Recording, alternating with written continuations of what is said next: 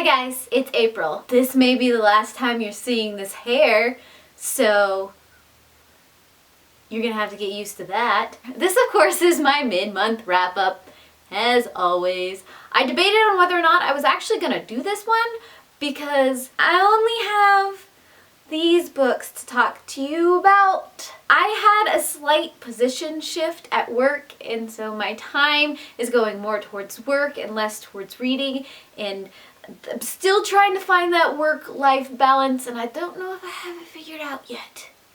I don't. I am also getting into coloring, which is helping with the audiobooks, and some people have expressed interest in seeing my coloring book pages and the materials I use.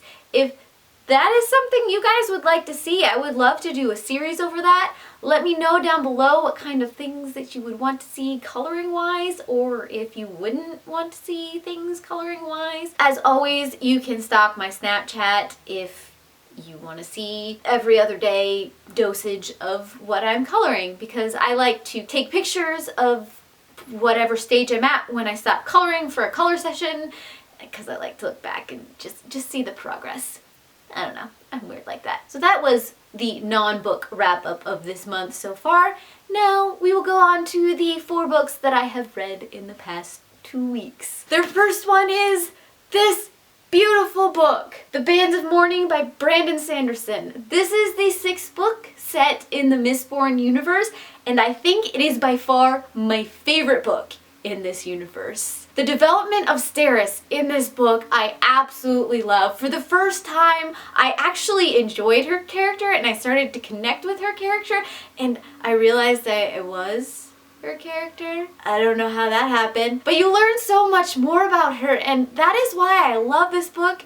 You also got to see the Mistborn universe expanded into other places inside that universe with other people and other magical systems and cultural systems, which is why I really like this book. If you can't tell, I like this book. It made me laugh, it made me cry, and it made me just fall in love with certain characters. Next was Torch Against the Night by Sabaa Tahir. This is the 2nd book in the Ember and the Ashes series, where we get to see the continued journey of Alyssa and Leah. I don't even know if I'm saying those names right because they're beautifully written names and I am horrible at pronunciation. But we get to see their continued journey as they're running away from the Empire and trying to find Leah's brother and free him from the prison. We get to see the Jinn culture expanded along with some of the other magical elements in this beautifully written fantasy land. I enjoyed the read. There was some stuff that I was just like, can we move on from this?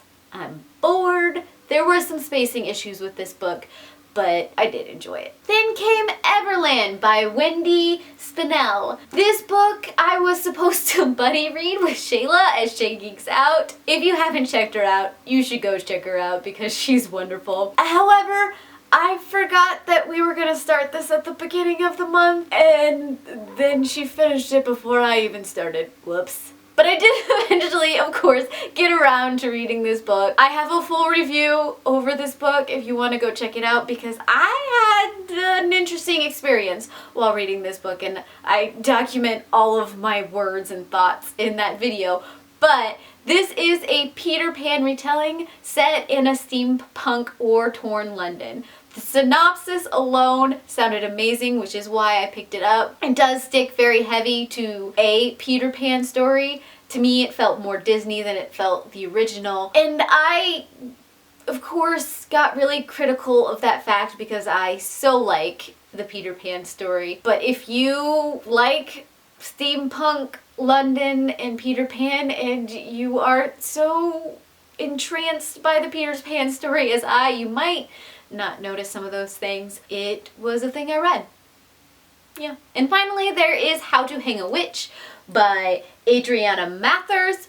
This is the story of Samantha Mathers, who ends up in Salem after her father falls into a coma. When she comes to Salem, she starts to realize that her family's past is affecting her school life, her social life, and she may or may not be cursed, which is never a good thing. She also finds yourself interacting with a ghost, which I love. I love anything with a ghost. There are witches, there is supernatural, there is Salem. I love how the history of Salem is woven into this story, especially since it is the author's family history as well. I did have trouble connecting with some of the characters because they felt really cookie cutter and flat and not all that impressive.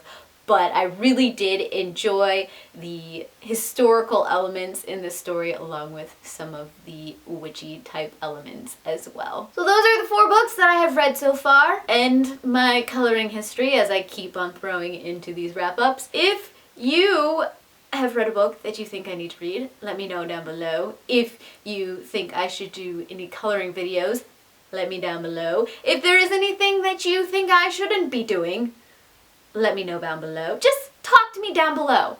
I heart you beautiful faces. Bye.